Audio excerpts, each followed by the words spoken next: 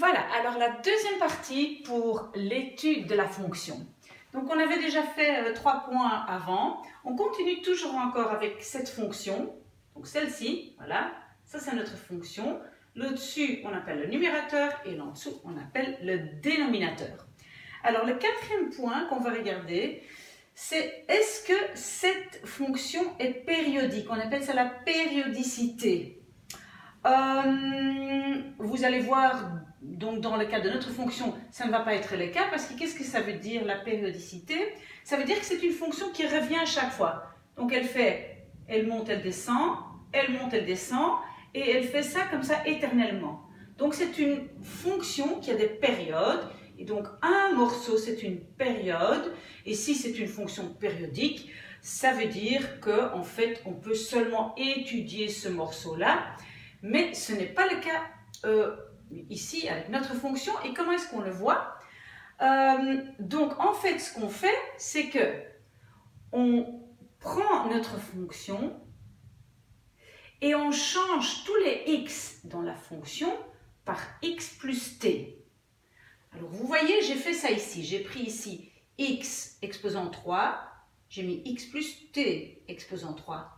Ici, j'ai x au carré, x plus t au carré moins 1. Donc j'ai changé tous les x par x plus t. Et quand je fais ces calculs, à vous de le faire, si vous avez des problèmes, si vous ne savez pas le faire, vous m'envoyez un petit message.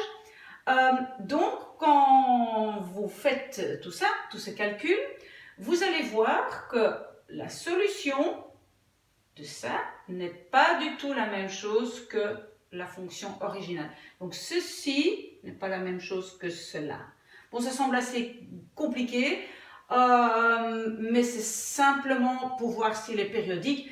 Pour l'instant, pour nous, ça n'a pas d'importance. On a simplement marqué, elle est non périodique. Ok, alors ce qu'on va faire, c'est qu'on va regarder les asymptotes. Et donc tout ce qu'on est en train de faire, vous savez bien, c'est pour après regarder si la fonction elle monte, elle descend, si elle est positive, négative, etc. Donc tous ces éléments, on aura besoin de tous ces éléments. Donc, cinquième point, on essaye de trouver les asymptotes. Il y a déjà des vidéos qui expliquent ça, donc si vous ne le savez plus, vous regardez dans ces vidéos-là. Comment est-ce qu'on trouve l'asymptote verticale? Simplement, on regarde quand le dénominateur devient 0. Et quand est-ce qu'il devient 0? Quand je mets à la place des x moins 1 ou 1. Ok, comment est-ce que j'ai fait le calcul? J'ai écrit x au carré moins 1 égale 0 et j'ai tout calculé. Voilà, donc j'ai obtenu les deux asymptotes verticales et on peut le constater parce qu'en fait ici, x ici est 1, ici moins 1 et donc à cet endroit, il n'y a rien du tout et à cet endroit, il n'y a rien du tout. Donc, ce sont les asymptotes verticales. Ok, alors, l'asymptote horizontale, souvenez-vous, ce qu'on faisait, c'est qu'on prenait la limite de notre fonction à l'infini. Donc, vous regardez de nouveau les vidéos qui expliquent ça. Donc, pour calculer la limite, on pouvait prendre juste les deux inconnus les plus élevés, ce qui donne ceci. Alors, je peux simplifier.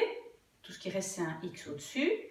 Et donc, je peux remplacer le x par infini. Et ça donne infini. Donc, ça veut dire qu'il n'y a pas d'asymptote horizontale. Et on le voit d'ailleurs, il n'y a pas du tout de ligne ici horizontale. Où il n'y a rien qui touche la fonction. Donc, on le voit déjà ici. Il n'y a pas d'horizontale. Peut-être il y a un asymptote oblique. Alors, comment est-ce qu'on faisait ça? C'est un peu plus compliqué. De nouveau, ça se trouve dans une autre vidéo. Alors, elle doit toujours ressembler à ceci. L'asymptote oblique ressemble tout à fait à ceci. Donc, à nous de trouver ce que c'est le A et à nous de trouver ce que c'est le B. Le A, chercher A, comment je faisais? Regardez, c'est de nouveau cette formule-ci. Donc, je prends ma fonction, celle-ci, je divise par x. Et puis, je prends la limite sur infini. Ce calcul-là, quand vous l'avez fait, je ne l'ai plus fait ici parce qu'il se trouve dans une autre vidéo, est égal à 1. Donc, le A ici sera 1. Maintenant, comment trouver le B? Chercher B. qu'est-ce que je fais? Je prends de nouveau ma fonction, celle-ci, et je soustrais AX. Le A, j'avais déjà trouvé, c'était 1. Donc, c'est simplement soustraire X. Quand je fais ça, j'écris tout ça, je cherche la limite sur infini et j'obtiens 0. Ça veut dire que Y égale à AX plus B. Le A, j'avais trouvé, c'était 1. Le B, c'était 0. Donc, on peut dire que l'asymptote oblique est Y égale X. Si vous avez des problèmes à faire ce calcul-ci, vous m'envoyez un petit message. Ok, alors le 6e point, on cherche les racines. Les racines, c'est là où la fonction devient 0. Qu'est-ce que je dois mettre à la place de x pour que ça devienne 0? Donc, cette partie-là, je la mets de ce côté-là, tout devient 0. Donc, il me reste encore ceci. Et si x exposant 3 est 0, x aussi est 0. Donc ça, c'est la racine. X égale 0. Et on le voit bien parce qu'en fait, ici, elle croise, voilà, juste dans le point 0. Ok, quand x est 0, voilà, le y est 0 aussi. Ok, alors, 7e point, je l'ai écrit ici. Là, je vais essayer de dériver ma fonction une première fois. Parce que quand on va obtenir donc le résultat de ça, on va savoir si la fonction monte, si elle descend, et je peux aussi savoir s'il y a des minima ou des maxima.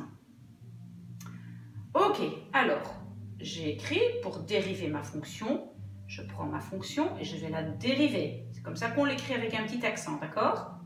La formule, vous pouvez la trouver dans la liste des formules, dans la colonne de droite. Pourquoi? Parce que je n'ai pas un simple inconnu, mais j'ai quelque chose de plus complexe, donc j'utilise U et V. Souvenez-vous, recherchez cette formule, mais je vous la donne si vous ne la trouvez pas. Donc, pour dériver U divisé par V, je dérive U fois V normal, moins U normal fois V dérivé, et je divise par V au carré.